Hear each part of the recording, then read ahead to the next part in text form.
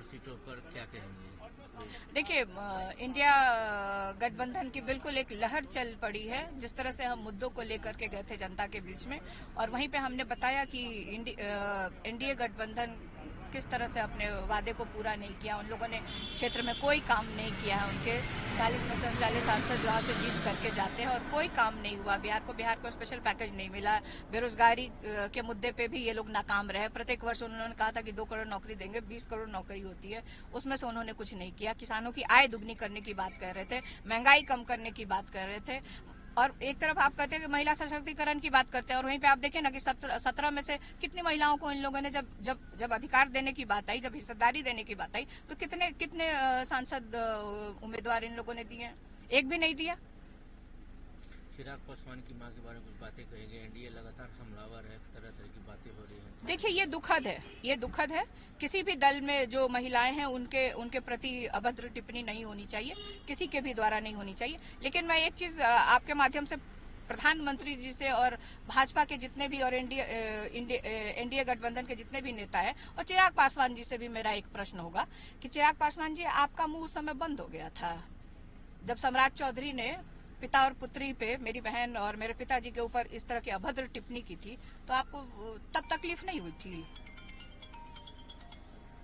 तब आपने क्या रिएक्शन दिया था? क्या कार्रवाई करने के लिए प्रधानमंत्री जी को कहा? तो कथनी और करनी में फर्क मत करिए। ताली एक हाथ से नहीं बजती है।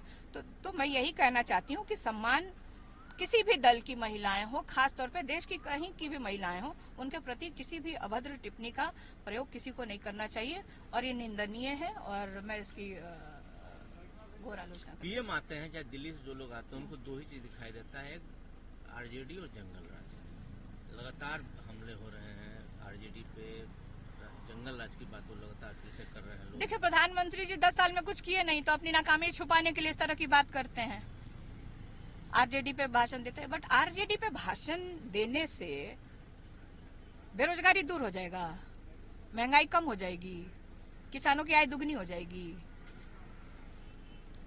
बिहार को स्पेशल पैकेज मिल जाएगा? नहीं मिलेगा ना।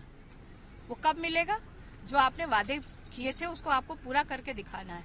वहीं हम मुद्दों के साथ हम बात कर रहे हैं कि हमारी सरकार बनेगी तो हम अग्निवीर खत्म करेंगे, हम किसानों की आय दुगनी करेंगे, हम रोजगार देंगे, बिहार को स्पेशल पैकेज देंगे। तो ये सब मुद्दे जनता के बीच जा रहे हैं, और जनता ने पूरी भरोसा इंडिया गठबंधन के प्रति। 40 सीट पे चुनाव हो रहा है बिहार में, लेकिन सबसे ज्यादा चर्चा है पाटलिपुत्र और छपरा की।